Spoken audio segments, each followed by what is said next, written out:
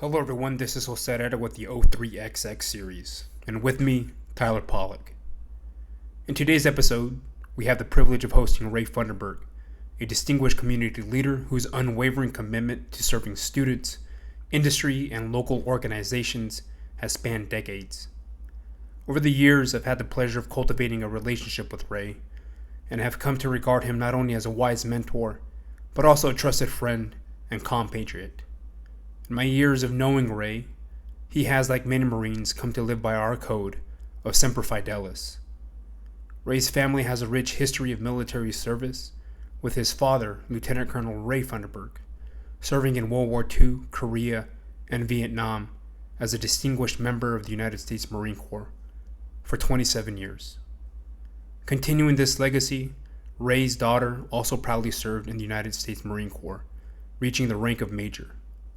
She was present during the fall of Afghanistan, a poignant reminder of the enduring importance of the Marine Corps motto, Semper Fidelis, always faithful no matter what the operation is or the impacts. We hope you find some substance in our conversation. Thank you, and Semper Fi.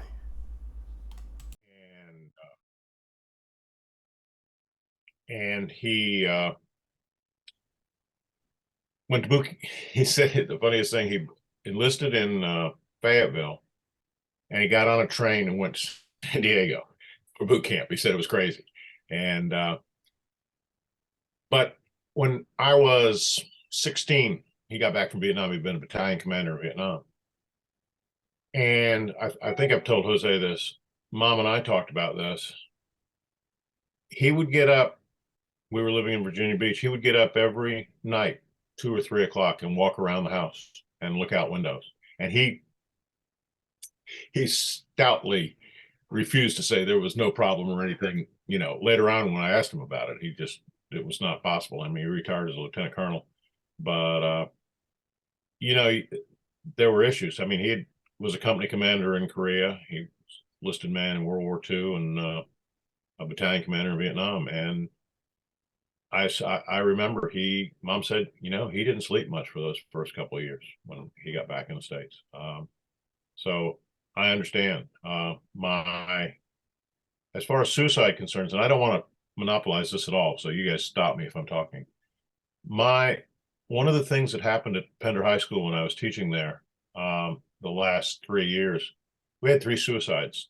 There was a kid in my senior class who shot himself over a girl. And there was a kid that I had coached and taught who his senior year shot himself over a girl. And that was devastating.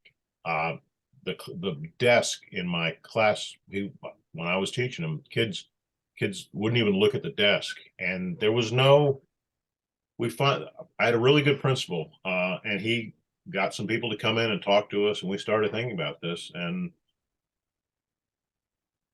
it bothered me. I mean, I went home at night thinking, there were kids coming up to me saying, Funderburk, I was the last person he saw. I didn't know what to do. I didn't know this. And I'm thinking, I don't know what was happening in class. I remember, and that kind of stuff hit us hard as a school and a community. It hit my principal real hard, bothered him tremendously. So it's an enormous problem. I understand. And do not even pretend to share the experience y'all have. But I think it extends beyond that. Yeah, absolutely. And it's funny you said that, because I remember in high school that happening, not to direct friends of mine, but just other students' relationship problems, and they're killing themselves. And I just remember it was such a shock to me at the time, because I'm like, I'm not, my thought process, I'm not even in that realm or idea of I'm a kid. Like, I'm gonna leave now over a relationship. Like, but I it's hard to grasp that, but I do know that. And I know Jose knows this too. Like, these problems, we're not trying to make it seem like mental health and like guys doing this is unique to us or the military or combat veterans. Like, in most cases, it's the other way around. It just gets, when it happens in our community, it gets blown up because it's like, you went and sacrificed and did all this just to throw it away. You know, like I think it just gets highlighted a little more when it happens to one of us versus, you know, the regular guy down the road, but it's like the same underlying problem. We just have different circumstances that we may be dealing with, you know, versus the neighbor down the road. So, it's not, and Jose's, you know, the shaman here, you know, he has a lot of the recipes and a lot of the more detailed information, you know, to help explain kind of what may be going on from a combat veteran perspective to just your normal, you know, normal kid. You just made a connection in my head that I realized. It takes you a while when you start teaching, when you're dealing with high school kids. But one of the things you need to understand is what seems like to you as an adult, an older man, that, oh, you just broke up with somebody, is not anywhere near the gravity that it is for them. And we have the same, oh, come on, it's just that people would, I think, say to Marines or other service members that, oh, come on, you're a Marine, you know. And it's the same thing happens with young kids. Oh, come on, it's just a high school love affair. To them, it's not. Right. And I think you're exactly right. People tend to look at it and, you know, shrug your shoulders. Oh, come on, you need to do better than that. But to them, it's far more serious. I agree. Yeah. In the field, they have a thing. Well, the certification that I got, there's little T trauma, big T trauma, then cumulative trauma. The only difference between those two is they're both relativistic, meaning that something insignificant and trivial that happens to somebody, let's say you get bit by a dog, might seem insignificant to you, but to that person, it's like the end of the world, and vice versa, right? So big T trauma, little T trauma, the only difference is the perception of that reality.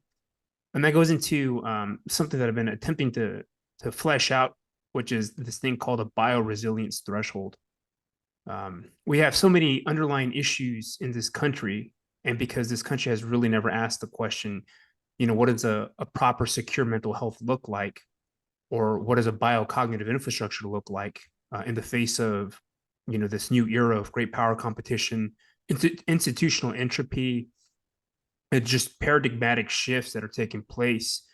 You know, there's impacts to the biology and psychology that can't be fixed by current technologies, can't be fixed by budgets. And we have to really sit down and look at every county, every locality, look at its bioregional resources, its viability, its current structure and strategies, and then fix it to the current secured and operational environment.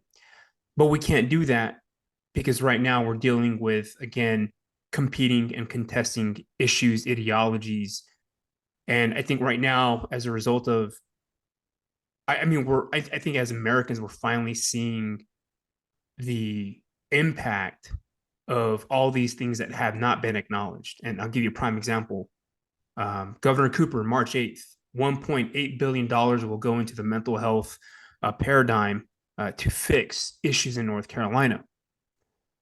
The problem is that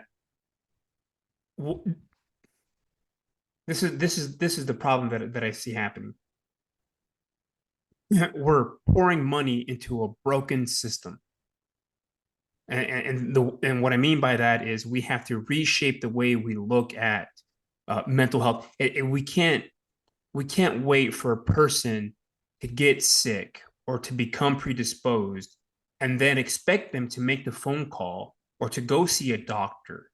It doesn't work that way. We have to reshape the way we do community, and more so in a self-sustaining way. And so, I mean, there's a lot of fine details to that idea. And I think when it comes down to both citizens and veterans, is that we're facing something that I call ultra compounded or multi-tiered impacts. It's just hitting us all at once.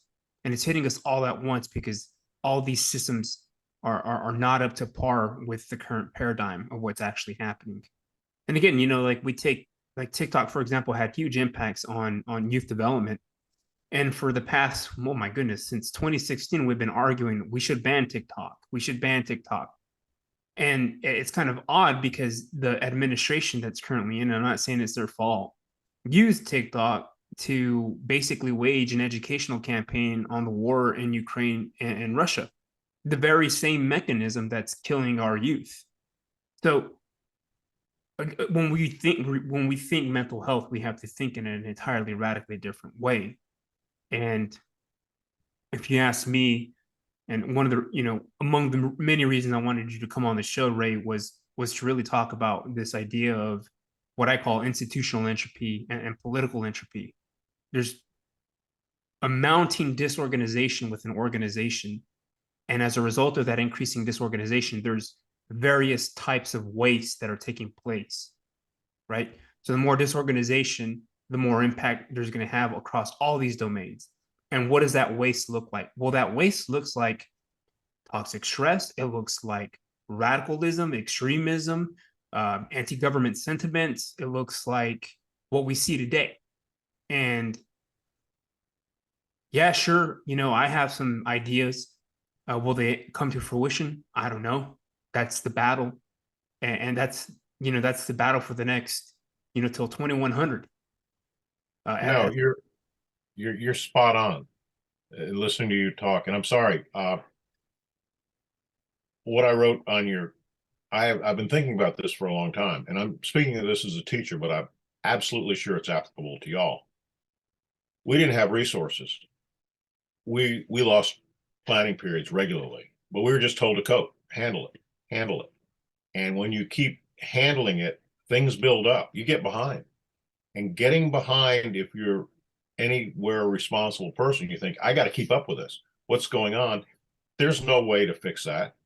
There's no way to help us. It happened. In other words, as Marines, you were said, handle it, cope with it. I am guilty of this to a large extent with my own daughter. I don't know if you know, sir, my daughter is a major in the Marine Corps. Her last deployment, she wasn't in a good way. And she didn't realize this until after the deployment when she got home. She said, I had to work up the deployment. Her detachment, she had 240 Marines and sailors. And she said, I was trying to do this during COVID, during people were confined to barracks or confined to quarters. I had to figure everything out. When we were on the tarmac, getting ready to leave, they were going to Saudi, and they were part of a MAGTF. And she said she was informed that the previous detachment commander had been relieved. And they told her that right before she got there. So she didn't even know what was going on. So all this is in her head. When she was in Saudi, they were told that they would probably end up in Afghanistan at the airport. But before that, she had emotional stress. Her boyfriend broke up with her, and she called me and talked about it. And I said, you're going to Afghanistan. You're going to have 200 Marines to worry about on the ground. That's going to take over your thoughts. And it did. Mm-hmm. But it was just pasting over. And, what we do is paste over that. And when you paste over something that's growing, whether it's a pimple or something in your mind, it's still there. You just kind of put stuff on top of it, said, hell, I got other stuff to do. And that's what happens. And I think teachers do it. I think nurses do it, Marines do it. Whoever you are, you get handed a pile of things to do and it gets on your mind, but you say, hey, I can't stand aside. I got to do this. And it just keeps piling up. And I understand that. We don't take care of people that I think of, sir. Yeah. Yeah. Go ahead, Jose. No. I was just saying, yeah, that's pretty much it. Yeah, I mean, there's a lot of, I have a pretty close Vietnam veteran, brother of mine that I met through our business. And, I've been pretty tight with him. We shared some things, he was a real one, he was shot several times in his stomach, Vietnam. And, we just kind of connected on a different level, but he kind of told me the same thing you're saying, and he calls it the box. Put all those things in the box and don't open it up. And there's so many guys that think that way. And I'm no expert. I know what's worked for me and what I still struggle with. I face those things daily, and I don't lie to myself about them. But in my opinion, that's not the way to do it. Because at some point, you have to clean that closet out. There's going to end up being so much stuff in there, you won't be able to close the door. And letting that build like that is so much more difficult of a task to handle than just chipping away at it little by little while it's going on, but I don't, back to, what we talked about starting off, a lot of us don't have the tool sets to do that. We're not taught them. We don't want to think it's an issue, or, so yeah, you can't just close that box and seal it up, because, and I do worry about that, especially for long-term, enlisted or officers that go through these issues, but then continue on with the career, putting stuff in the box and close it up. And it's like, you're going to reach a point in your life where you step out of the door, and now all those 250, 40 Marines that were occupying space in your head, they're not there anymore. Now all you have is the box. Now all you have is the closet, and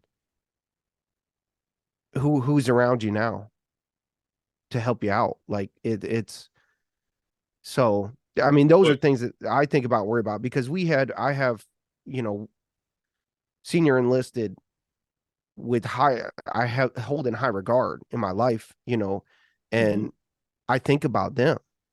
I'm like, where are they at now? Are they still in their career? Are they finishing their career? And then who are they going to have? They're not going to have the lance corporals and corporals that they were in charge of back in 2009, 2011 to lean on, because the separation and you get lost in that. And, it's like, somebody's got to be there for them. And if we can't walk, with our chest out and our shoulders back through life, thinking it's okay that I'm dealing with this stuff. I'm not weak. I'm not a problem. Well, I'm a human. We all are.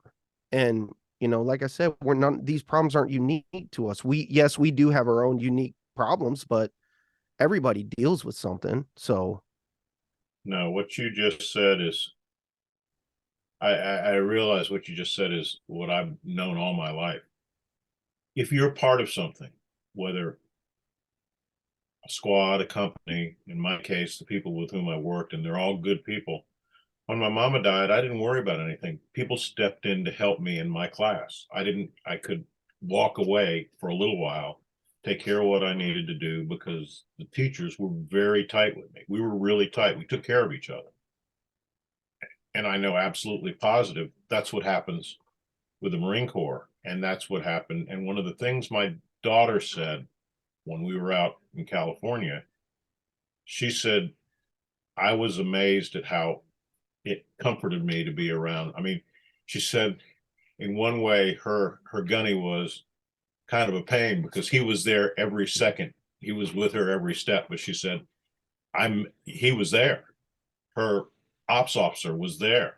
They were all there all the time. So that community, and I don't know if we have community much anymore. I mean, I point to my shirt there, Cape Fear Rugby.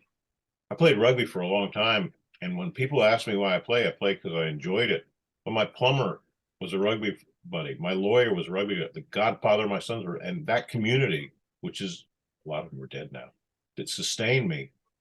You're right. Community sustains you, and you walk away from that community and you think, what the hell? You were exactly right. Does it make sense? I don't know. Jose, you're the moderator. I'm just talking.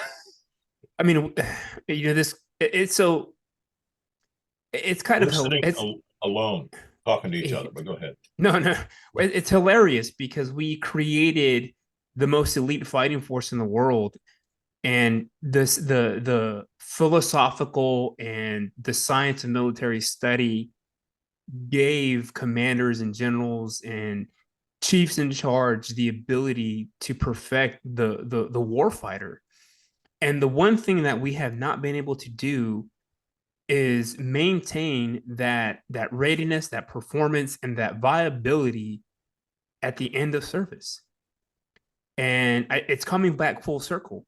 You look at youth today, you look at the inability for 70% of American youth to join some type of armed service. You look at the youth today that can't join some type of workforce because of the chronic issues they face, the health issues they face, the IQ levels that they face. And DoD is having a really big problem with recruitment. Why is that? Why is that? We have the best of the best minds in the administration coming from Ivy Leagues. Why haven't we been able to pull that together and fix that issue? I think when it's all said and done, it's going to take frontiersmen, individuals like us and the community at large that have begun to reconstruct what it means to live life after service. And it's a very unique protocol. So what does that protocol look like? You have an individual protocol, and then you have a group protocol or a collective protocol. And the individual protocol is as simple as this. We have this very beautiful, elegant design of a body. We put the body, if the body has been designed as a result of thousands of years of evolution, we're designed to see and respond for survival. Right now, we're facing a type of an environment that's overabundant in information and impact. And it's causing us to use that drive or that survival factor, and it's disrupting us. And what can we do as individuals in order to offset that? Well, the first thing is first, right? You need proper sleep. So what do you do? So what does the science say? This is what the science says. Our cortisol levels begin to peak at early around 8 o'clock. And the best way to get on a good sleep schedule is to go outside, bask in the contrast of the yellows and blues of the rising sun, sit there for 10 minutes, absorb that so that your cortisol levels can properly get there. And then by noontime, their peak. And then as the sun begins to descend, you look at those different contrasts of yellows and blues, it begins to activate the melatonin, and it puts your body into a proper biorhythm.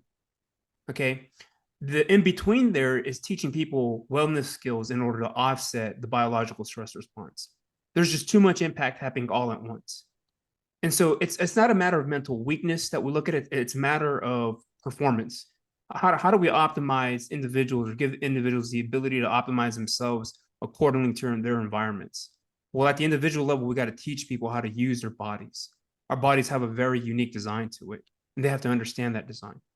Now, when you compare that to the collective whole, where you're combining artificial intelligence, where you're combining strategy, where you're integrating trauma-informed practices that are compatible with the contestation of U.S. global supremacy, then you have a hardcore, viable population that's ready to take on many, many challenges. We have to get there, and it takes time to get there. And again, we have until the day we die, it's going to be an uphill battle. There's not going to be, it's not just going to be hosted on Tyler Pollock and the O3XX series. It's going to be all the other little podcasts that follow us, and those little groups, and those other little groups, and those other little groups. But it's not just, it takes a lot for an individual to begin to realize that these are the things that they have to do. We're still having to deal with impact and process.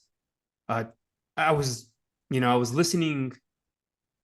So not only was it just a tough past 2 weeks because I was sick, but the Afghanistan hearings have been taking place. And man, you want to talk about being activated? I was activated. Hearing the opening remarks from Sergeant Vargas, Lieutenant Colonel Scott Mann, and some of those other individuals that were there on the ground, We basically scapegoated Lieutenant Colonel Scheller.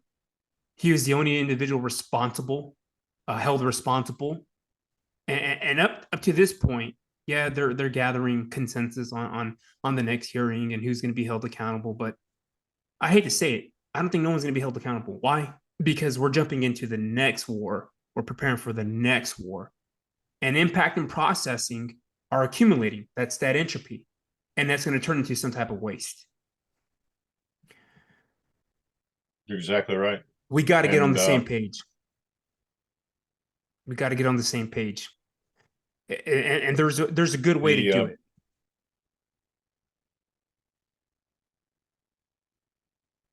When Sophie went to expeditionary warfare school, she and I used to talk all the time, and she said what they're preparing for is AI in China, and that's it. And she said China is using more AI in the military than anybody else in the world, and AI doesn't care.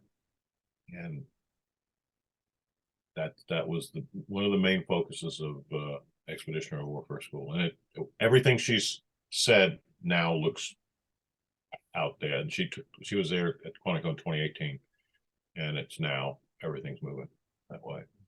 She said, in fact, she's going to the Philippines in late April. And I said, "What? That won't be bad." She said, "Yeah, if they don't give us rifles and China doesn't work." I said, "Are you guys really worried about that?" She's with the expeditionary on the West Coast. She said, "Yeah, you're right."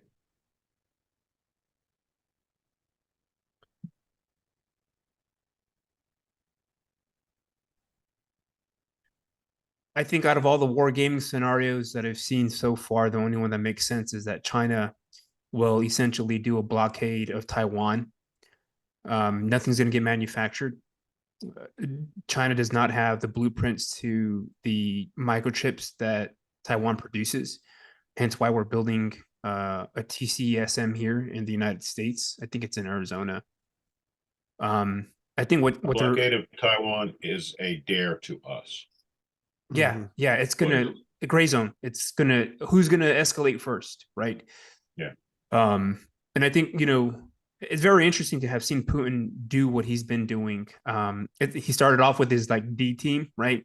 And the winter's going away, so the ice is melting and whatnot. So it's going to be an interesting year as far as that whole operation. But I think he's dragging it out in order to create more multi-tiered impacts, meaning that time supports him. Yeah, absolutely. And we're not going into Russia. But I do fear that the swarm of inconsistency and outsourcing of morality to transmediated platforms, i.e. social media, is going to increase the impact on Putin, whether he's going to drop tactical nukes or not. So it all comes back to what's happening on the home front. How are we protecting the home front? How are we cultivating resilience in the home front? And it comes down to, again, the cognitive aspect, the mental health aspect. What are we doing in all 3,000 counties in the United States in order to maximize our resilience when this does go down? Because it will go down. That's what every outcome looks like in the war game scenario. And for 1 second, think about this. My brother was a naval aviator. He retired from the Navy. He was a captain in the Navy when he retired. He was in 11 years active duty, the rest reserve, but he was always on ships. Anyway, he and I have talked about the intelligence failures at the end of when the Berlin Wall fell. That we thought they were all great. Everything was great over there. It was a hollow shell. The intelligence failure in Afghanistan when they said, "Oh, they're going to stand up for a while." The intelligence failure when they said Russia was going to take over Ukraine in 3 weeks. Well, I think those intelligence failures are what we're seeing is a narrative that was created to do things to us in our heads in this country by people in this country. In other words, this is where we want you to put your money. This is where we want you to put your attention. So we're telling you this is the problem. And Jeff and I were talking. Jeff said, a carrier could come up the Black Sea and destroy most of the Russian Air Force because they're not that good. They're just not that good. And we've always said they were all 8 feet tall with, I'm not going to say the rest of it, but, and they're not. But we've repeating that narrative to us, repeating that to us made us, oh, we got to prepare for all this. And we didn't. And we were wrong. And now we were always told the Chinese don't want to do anything. They want to trade with us. Well, no, they want to do more. So it's called intelligence, but it's actually a narrative. It's a story. And that's what I believe. You guys are welcome to whatever you want. You're talking to well, yeah. old guy here. Look at everything, that's my bias. That's my prejudice, is I look at everything through a defensive posture, and I try not to. Maybe it is my PTSD, maybe it's not. But I feel like I'm the only one that's still preparing for the next war. Why is that? Why is it that I still wake up every day at 2 a.m. to fucking start training? It's in my blood. I don't know. It's what's keeping me going. I don't know. Is it the meta narrative that I want to believe? No, I think what one of the driving factors is that I don't have much faith in the institutional infrastructure of the United States anymore. So it's like, fuck it. I will do it then. And if this is what I got to do, this is my only means and mode of doing it, then I'm going to do it this way.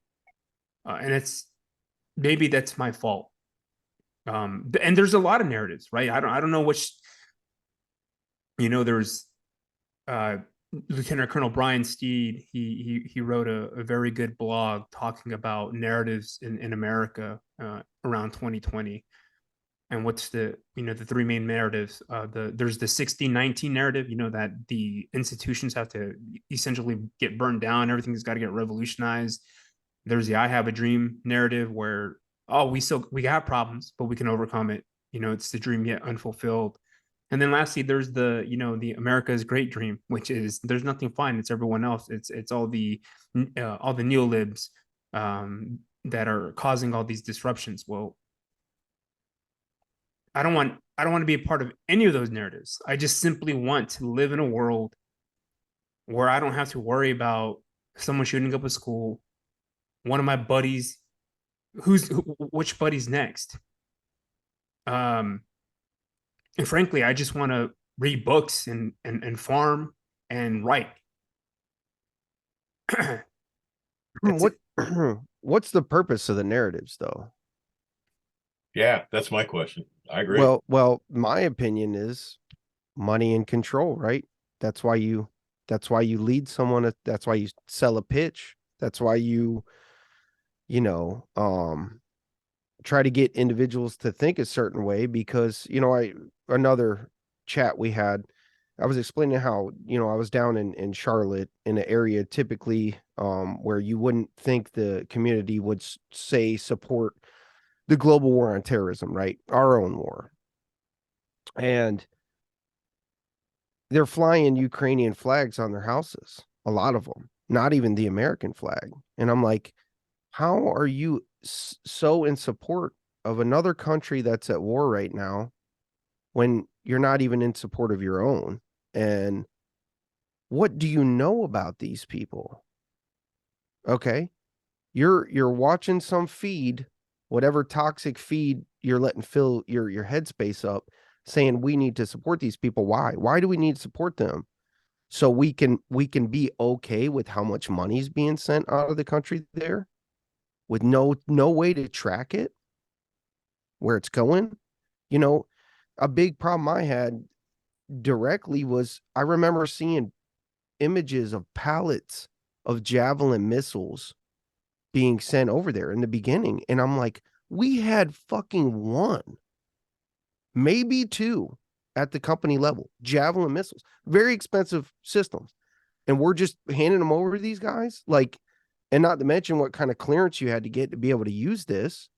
I mean, this is a real life real-time training ground to filter weapons and money, you know, into a dated, somewhat conventional war type, the next war is not going to be, you're talking about trench warfare with human bodies. That's not AI. That's not aerial combat. So why are we doing this? And you can make a parallel just to add to that. We sent, I can't remember the type of missiles, we sent them to Osama bin Laden's people when they were fighting the Russians, and they ended up being used on us probably. You know, we sent a lot of weapons over there. Yeah, I mean, it's just, you know, and that's what makes me shake my head, because it's really just, it is about the money. That's a lot. That is a lot of money. And it wouldn't be too difficult to find a way to make that circulate back into certain people's pockets that, you know, are probably the ones involved calling the shots. So, you know, and not to go down that rabbit hole too far, because, you know, who knows, at some point, you know, I'm sure we'll all be flagged, and, you know, but I don't want war. I don't want war with China. I don't want war with Russia. I don't want war with anyone, because war at that level is a worldwide issue. This isn't us in Afghanistan, you know, dealing with those people that just live in the dirt. You know, that's nothing against them. That's how they live there. But this is, you know, this would have huge impacts on import export. What does that do for us? What does that do to us as a country? I mean, you think there's issues with, you know, groceries even, which a lot of them are farmed here still.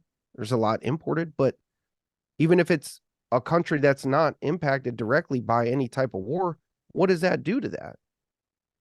Now you don't have food, now you don't, and not to, you know, but these are real concerns. People are upset about supply chain and all that during COVID. This would make, yeah, like 0.5%. Yeah, you're right. And I mean, it's not, you know, I hate the fear mongering mentality where you're like, you know, we all need to be preppers. We all need chickens and gardens, which I do believe in that. I think that if you can have that, that's I'm a big garden guy, don't? Yeah, no, I don't want to discourage anyone from attempting that, but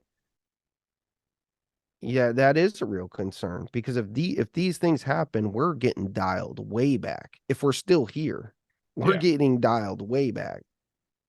Fires and diets, man. I suspect that Zay and I sit in a epicenter between Lejeune, Bragg, and the seaport. We would not be here.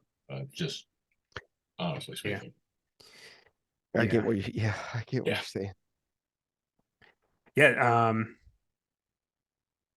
Well, you know, it depends if they want to escalate. I think they're doing a great job at, you know, decentralization of communications, right? So when we look at I think it was Department of Homeland Security. Yeah.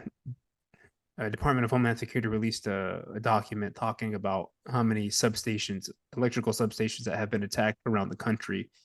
It's a lot. And, you know, that's an infrastructure that we never really built up. And, you know, North Carolina stands out pretty significantly because, you know, that was, you know, moderated by anti-LGBTQIA, whatever, right? And no one caught that. The system didn't catch that. All this AI in the ecosystem could not avert this from happening. So I personally think it goes back to corruption. There's a lot of corruption. There's a lot of individuals that have not been held accountable, and being held accountable. What does that look like? Right? You get, you know, you leave an office and then you go back to doing your corruption. No, there has to be a tribunal. I'm not, you know, saying we have to cut these people's heads off, but there has to be some form of accountability by a community where an individual messes up. Then they have to earn their way back into the community of some sorts. We never had truth and justice like South Africa did. You know, we never asked those questions.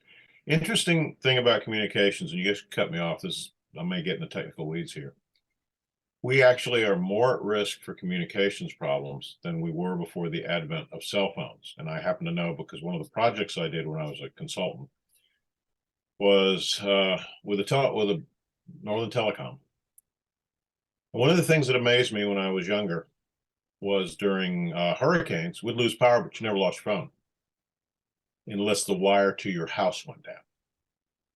One of the reasons was phones had such a sophisticated switching device that sometimes, and you'd never know it, they'd be switched through Montana or somewhere else, and you'd still get your signal and it would work. They can't do that with cell phones.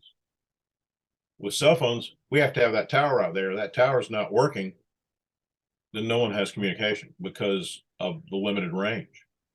But if you had a hardwired phone and wire went out down the street, but your wire was still good, the phone would immediately switch to go around that wire, and it didn't care where it went, and you didn't know it. And I worked on those switching devices at developing a instruction manual for them out of Northern Telecom, and it amazed me what I learned.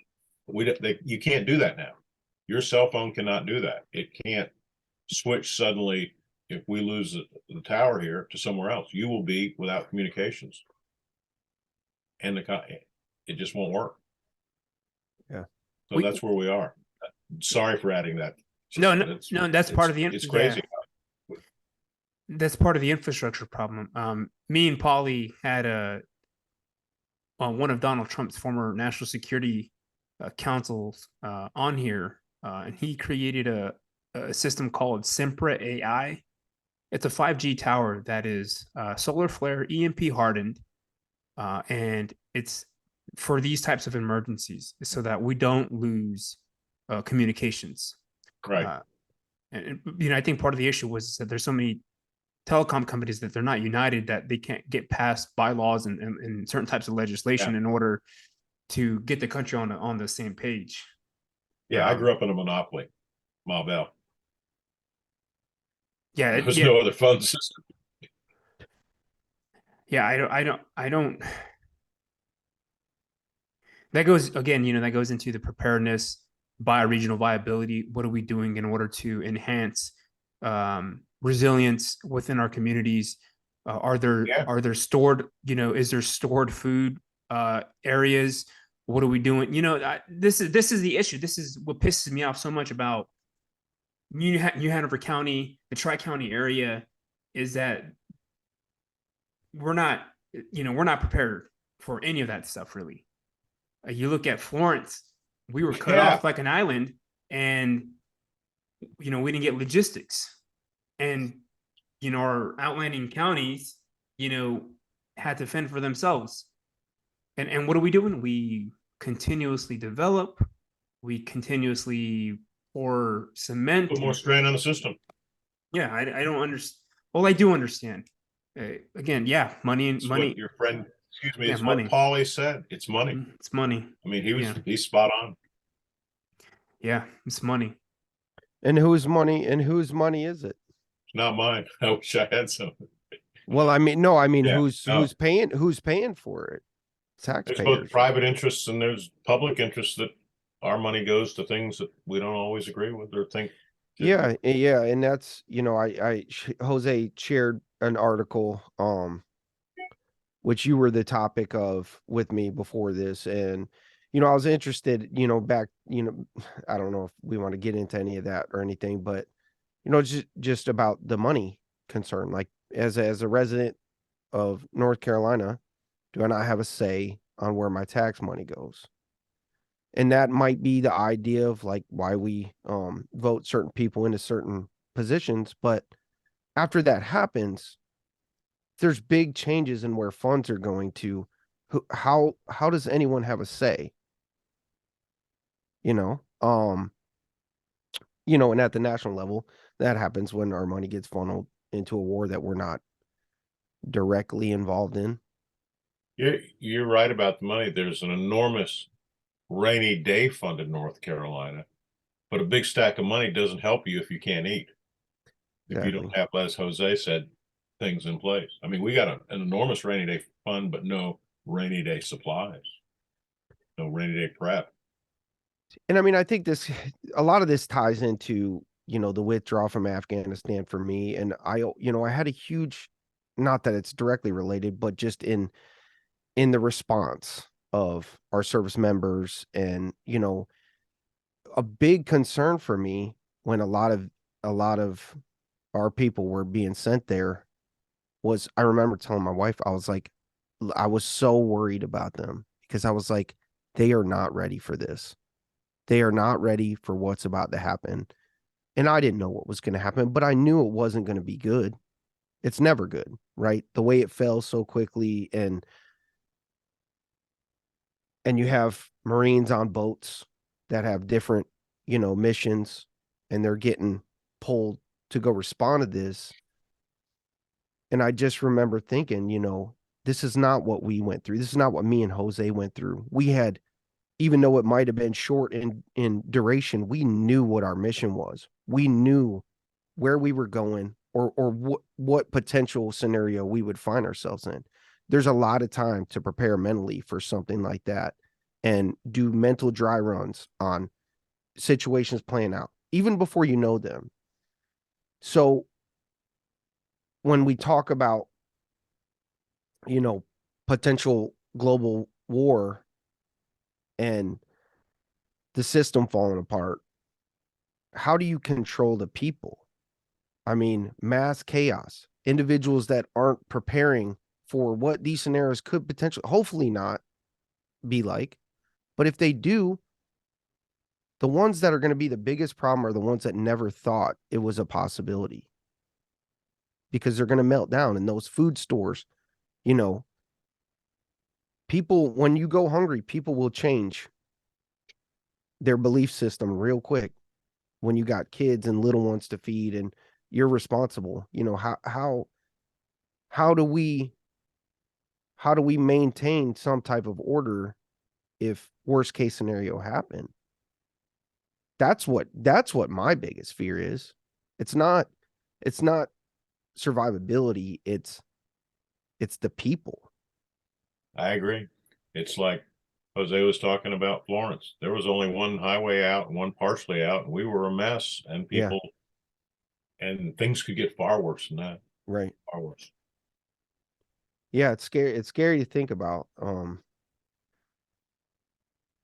But and that's kind of like, like the TikTok thing. We're talking about young people and how big of a problem this is, and the administrations wanting to remove TikTok and whatnot.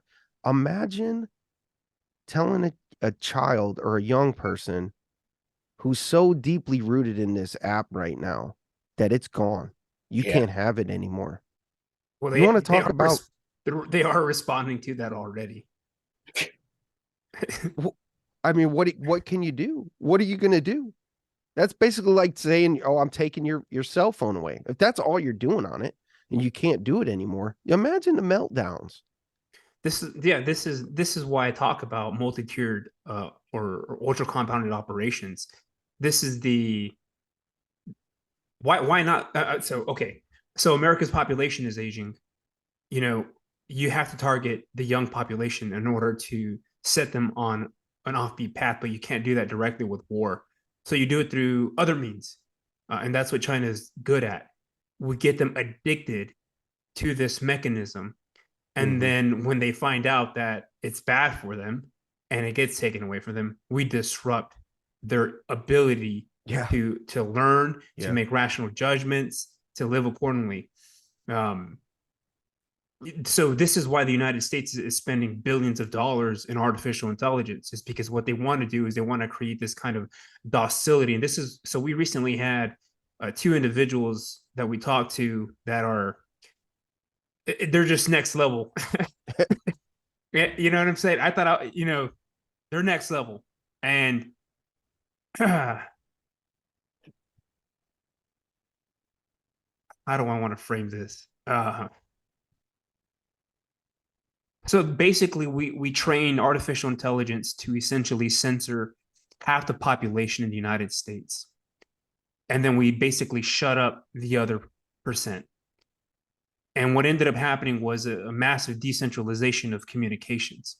But then now, as a result of Executive Orders 12333, FISA, Patriot Act, and a whole host of other wonderful softwares that are across the IC, they have the ability to go into the networks and find the data sets that specifically,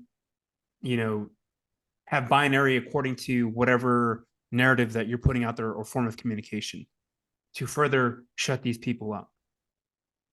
So part of the population is going to be docile enough to believe the current narrative, whatever that narrative is going to be, depending on who's in power, or whatever party is in power at the time.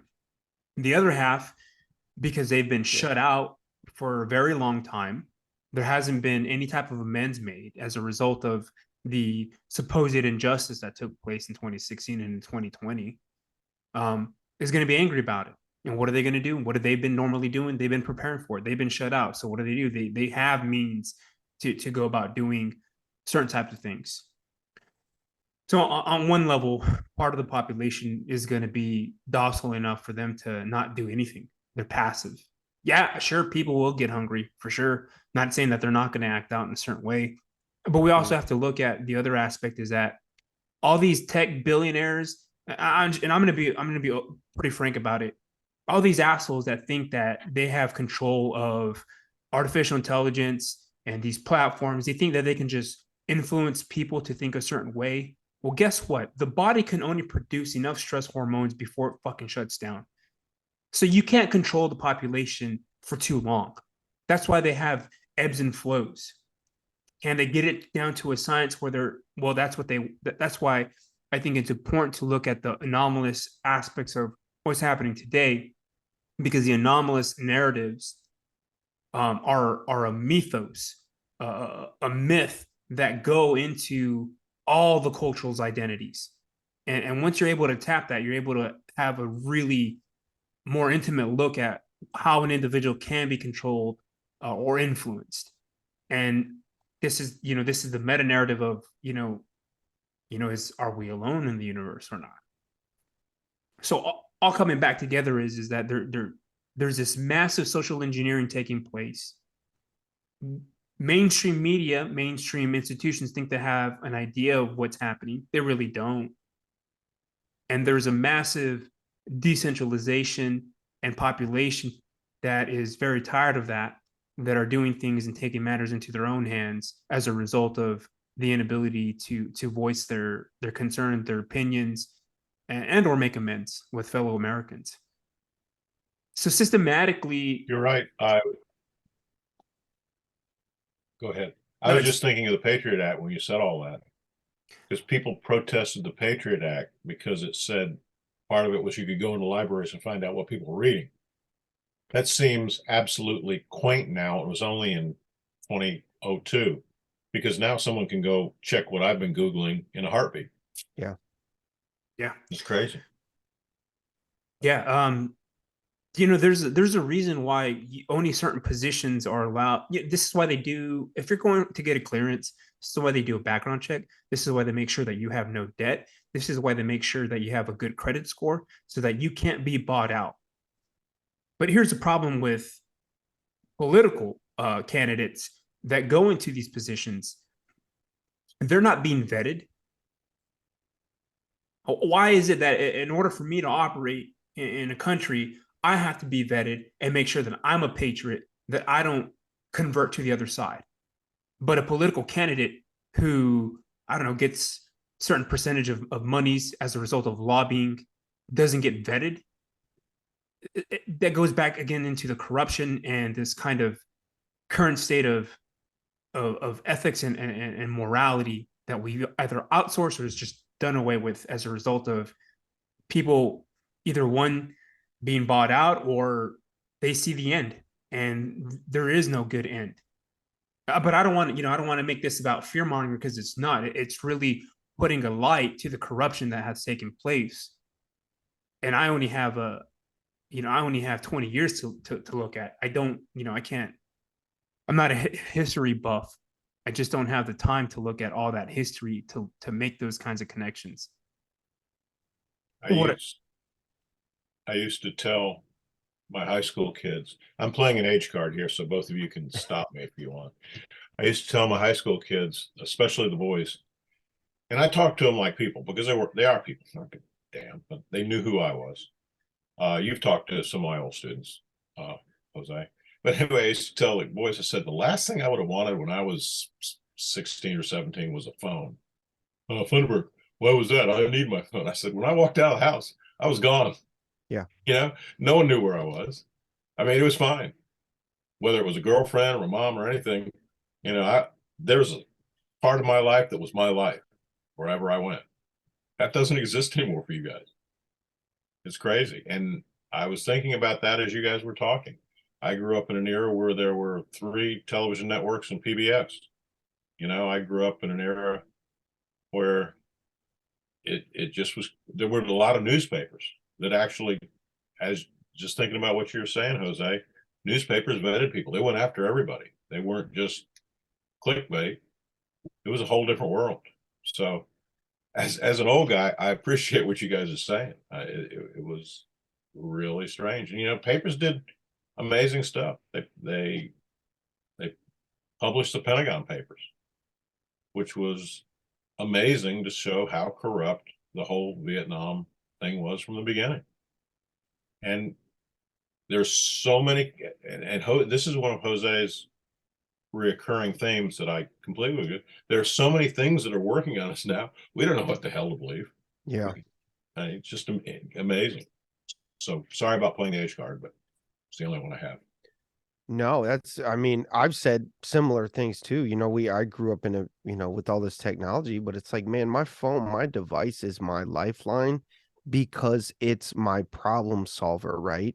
Yeah. I'm a doer, so I like to handle a lot of my own issues, and I can learn absolutely anything I want to.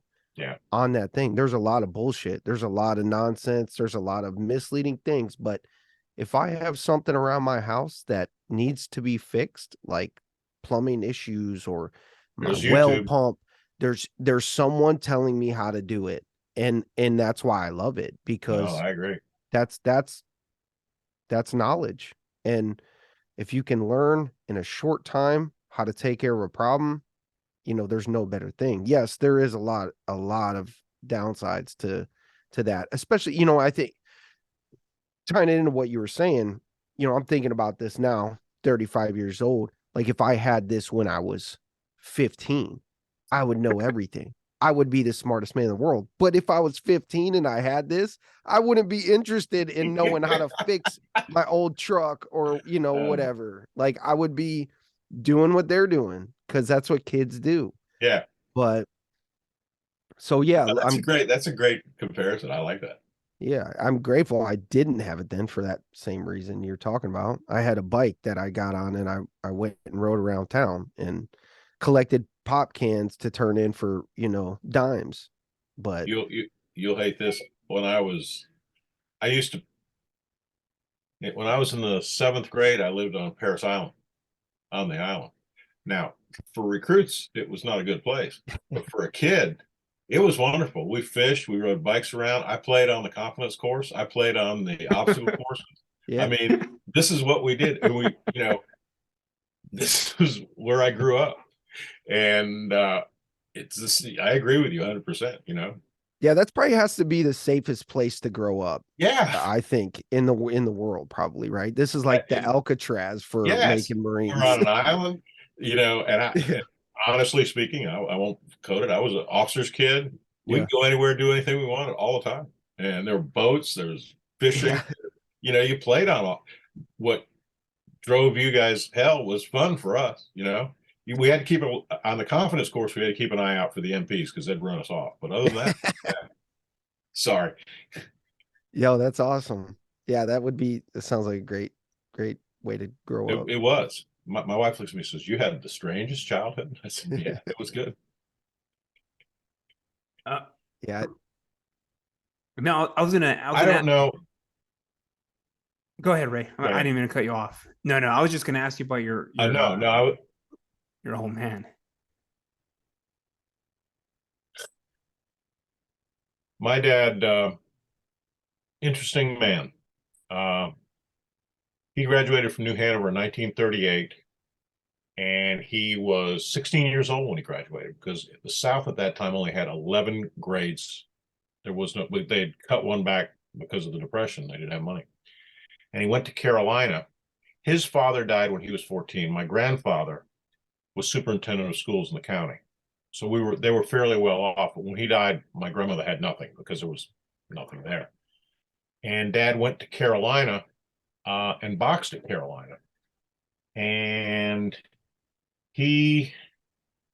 my grandmother moved up there to support him, and he got in a car wreck and missed a semester, came down to Wilmington and started working at the shipyard in 1940, 41, right before the war.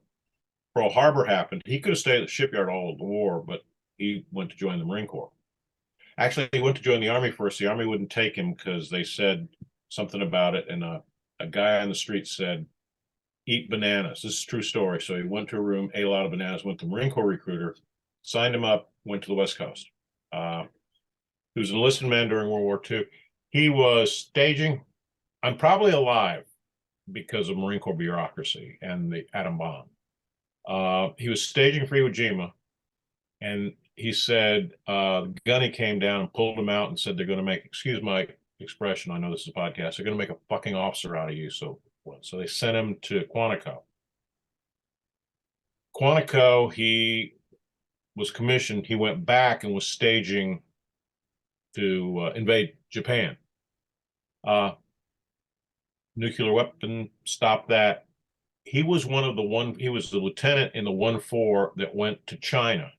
So he was in China when Mao was coming out of the hills, and his story would be that there would be a nationalist army, and then all of a sudden overnight it would be a communist army, and they were coming down. And so he was one of the last Marines in China. He came home, and then he went to Korea. He was a company commander in Korea. He was decorated there. He got a Bronze Star there. He came back. He went to engineer school at Lejeune. So I'm probably, my family is probably part of that. I haven't signed up for the water problem there because we lived at Tarawa Terrace. Then he went to Vietnam in 1967, and he said the first night of the Tet Offensive, he was commanding the 7th Engineers, which had about 1,700 Marines from all up and down. He had they were everywhere in Vietnam. The headquarters was right outside Da Nang, but he's had people everywhere. He was in a Jeep all the time. He said the first morning of the Tet Offensive, they blew up 100 of his bridges, and then he had they attacked his compound. He was out in the compound. So that was, and then he came back. He was not promoted to colonel because he did not have a college education. He had only been a couple of years and quit to join the Marine Corps. So he came back and he finished his education at UNCW. He's an alumni of you, same as you, and taught, and then went in the school board. When he talked about Vietnam, I bought a refrigerator after I got married, or well after I got married when I moved in the house. And Dad said, talk to such and such at the Sears. I said, why? He said, he was a young, he was a captain. He was one of my operations officer over there, I think, operations. And Dad looked at me and said, he was a real good man under fire when we had everybody on the camp. Camp was essentially, people were everywhere and they were fighting. So Dad's 50th anniversary, true story about Marines. My brother and I were standing there, and Mr. Manning was the fellow, and my brother looks at him, Mr. Manning, and said, Dad said you were a real good man under fire. About that, and he looked at my brother and me, said, the colonel said that? And just said, yeah. And there were tears in his eyes. That's how I understand a lot about the Marine Corps. The interesting thing about dad, he taught social studies for a long time. He said, I didn't teach war, which a lot of social studies teachers taught. He said, we didn't win the war. What won, when he was talking about Marines and Army, he said, what won the war was Detroit. He said, do you realize how many bombers they made a day? Do you realize how many tanks they made? That's what won the war. He was right. I mean, I agree with him. People get irritated with that, but it's what you've been saying. If you can't make stuff, if you can't do stuff, you're going to be on an island out there without anything. I could talk for a while. I don't want to bore you guys. There are two things one of the things that really bothered him, this has happened in the 70s after he had retired in the 80s, was they were outsourcing cooks, they were outsourcing clerks, they were outsourcing even base security in some places. And Dad said no. And he would always go to Guadalcanal and say, Guadalcanal, when they got all the way to General Vandergrift's tent nearly, he said they were Marines. The typists and the cooks and everybody picked up rifles. If you have someone that you just pay to do it, they're not going to be there. Yeah. He said he was firm believer that everybody, if you scratched him, he was a semi-liberal. I never heard him use a slur except for one in my life. He never used slurs about black people or anything. The only slur he ever used was he always referred to the people he had fought as gooks. And I forgive him for that because he fought the Japanese, he fought the Koreans, and he fought but other than that, he was very practical. He said, no, I don't want someone who they're paying $11 an hour out here to be a cook. I want a Marine, because when it goes down, I want a Marine picking up a rifle, and that's what's necessary. That's a thumbnail sketch. He was an interesting guy. I mean, I loved him. We probably butted heads a whole lot when I was younger, but that's what you're supposed to do, I suspect. Mm-hmm. And it's interesting, my daughter, when she was at Parris Island, she was the first female to command male Marine series. There are male Marines out there she was their series commander. And then the last bit of the time there, she was the staff secretary working in the head shed for the general and the chief of staff. One of the things she had to do was make sure that all the visitors came in, and a retired brigadier general came in and asked her about her name. And, the Marine Corps is insanely small. And he said, asked her for her granddad. And she said, yeah, he was in Vietnam. And he was one of my dad's company commanders, and spoke to her. And she said it was really nice. He looked at her and said, yeah, he said to her that was a really bad year. And it was kind of cool and interesting. She said there's a connection. I will tell you only one story about her. She graduated from Davidson. She's a good athlete, really smart. She wanted to join the Navy, or she wanted to serve. So she talked to the Navy recruiter. He just kind of messed around with her. And I said, why don't you talk to the Marine Corps? So no. Okay. So the Marine Corps officer recruiter came down from Raleigh, took her to lunch. And this is the only thing he said to her: 2/3 of the women who go to OCS don't make it. She came home and said, Dad, I'm going to join the Marine Corps. So she went to OCS. There were 60 women in her platoon or company. I don't know if it was considered platoon, but anyway, there's 60 women, and 66, and 22 were commissioned. The rest dropped out. Wow. So if you go to Parris Island or San Diego, and no offense to you guys, once you're signed up, they're going to make you a Marine pretty much. At OCS, they don't care. You quit anytime, because if you don't want it, we don't want you, is their attitude. And she's had an interesting time as a female in the Marine Corps. It's the small service, and with the smallest percentage of females, and hence the smallest percentage of female officers. If someone asked me about, would you let your son or daughter go in the Marine Corps, I said, fine. I would indeed worry about her. But one of the things that comforts me is what you guys understand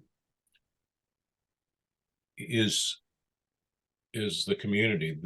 You're going to take care of each other.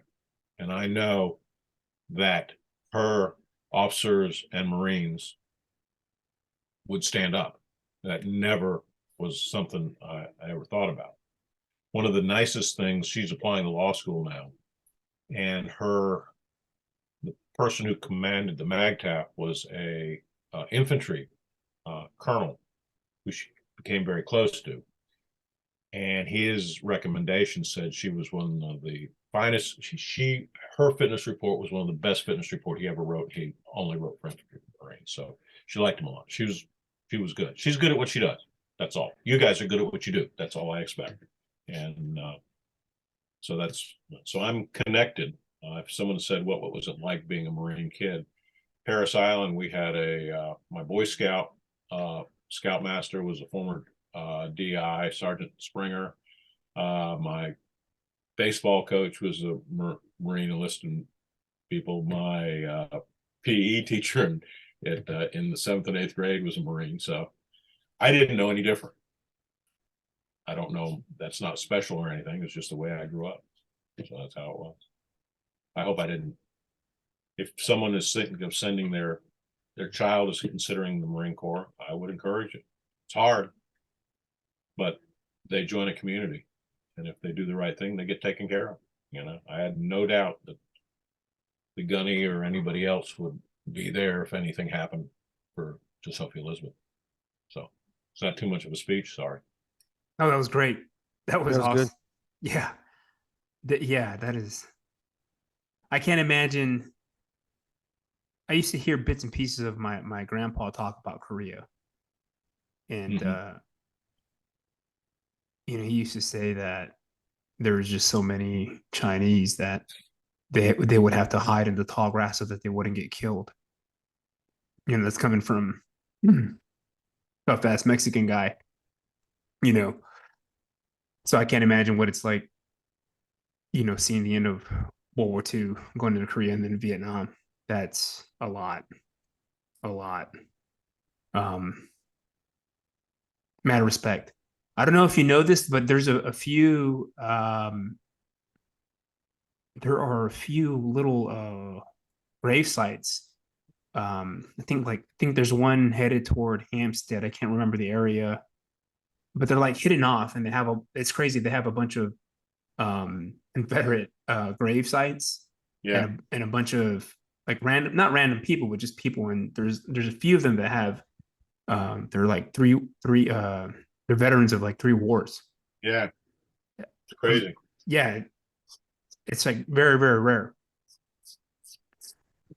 I was I was thinking about something this week. I was reading a lot about like Tarawa and like the units involved and just how tough of a battle that was for Marines and on Lejeune in the library. I don't know if it's still there. I found an image of it on the internet searching for it because I was so impacted by it was in the library. There was a large like diorama, I think is what it's called, like a miniature scale, and it was of Tarawa. And not that I obviously wasn't there, but I know our unit 8 Marines 2-8 was involved with that battle heavily. So I kind of feel like it's just weird that I feel connected to that, even though so. But I was just thinking about how challenging that would have been to be there, right? Because we've dealt with what we dealt with during Afghanistan, Iraq, and it's interesting because it's almost like you don't understand how challenging something can be until you have something to compare it to. But back then, that was what was in front of them. So if the mentality is we don't have a choice but to keep pushing, or it's over, right? How do we apply that type of mentality to our daily lives, right? Because I can think back and I can look at that. I'm not there, but I could put myself there and just imagine, because of what I've been through, how much more difficult that was. But they didn't know any better at the time. They just did what they needed to do. And a lot of people died there, you know, fighting for whatever it was, whatever they believed in. But they made it happen. They made it work, you know, um and yeah, that's just, I'm grateful. And I mean, I've told Jose that so many times, to be in company of people that share that Yeah. sentiment that we're gonna, you know, we're gonna push. We're gonna keep pushing. An interesting thing to that. Sophie, when she was at Paris Island, was up here one time with some of her old friends. And Sophie's a liberal as I am. And one of our friends said, I think it was an older lady, said, what are you doing now? And Sophie was very matter of fact. She said, I'm teaching young men and women to go forward, kill people, and take real estate. Yeah. Which, you know, I'm sitting there thinking, and she looked at her. I said, yeah, that's Locate close with Destroy. Yeah. That's one way to put it. But, you know, and not about the battle or anything, but just Yeah. about the No. challenge and, you know, Yeah. in Go overcoming forward. challenges. And not just, you know, you don't have to be a service member to think that way. I think if you can just imagine how challenging something is or was for somebody and they made it through it, like, we can learn a lot from that. Oh, you're right. It's not a comparison thing. It's not, you know, I wish I could be like so and so or this or that. It's like, how did they do it? They just did it. There was no option. And I wish that mentality could be something that, I know it can't always be taught. Things can't always be taught, but, you know, if we could just focus on that. No, you're right. It's my Uh, father's mentality. Sometimes you have to just put your head down and get through it. That's what he would say. And that's all what I've always believed. You guys are right. Yeah, You guys I do this love. you guys do this every Sunday? Talk? No, I mean, it just depends on who wants to talk, really. Mhm. That's the hardest thing, you know. A lot of, like we talked about earlier, a lot of this stuff is not easy for some people to, they don't want to open that box, you know. Mhm. But it doesn't have to be open in any boxes. It can just be, you know, how are you doing? Like Jose says, something Jose said when he was going through, I think it was like childhood resilience, one of those programs that he was working on. It was like, you know, if you could just connect with somebody and ask, you know, what's good with you, Yeah. right? That's a good place to start a conversation, because so many people get sucked down into these holes because of the internet and social media and fear mongering and everything, you know, the gloom and doom side of things. It's a lot. Those are easy rabbit holes to go down. But when you focus on the good side of things, the conversations can usually be, you know, beneficial and not, you know, What's right with you? Yeah. impending doom. The world's, but Yeah. I No. got to run, but I will Oh, go ahead, leave Rihanna. you with no, it's your show, but I will leave you with a teacher story. Uh, I liked my good kids and I loved my knuckleheads because I was a knucklehead and I raised two knuckleheads, and I would strongly suspect that maybe you guys might have been knuckleheads when you were younger. I'm not gonna say that strong. One of my favorite knuckleheads was Charlie. Is Charlie. He's a pain in the butt. And there were times he took my class, he was smart, good athlete. There were times, I'm not going to admit that I did this, or I may have had a forearm in his chest in the hall holding him up saying, what in the hell are you thinking about? One of the highlights that really moved me after after he graduated and went on, he joined the Army. And then he went to Ranger School, and he asked me to come down, and he made it through the first time. And he asked me to come down and put his tab on him. And I just felt this is beyond.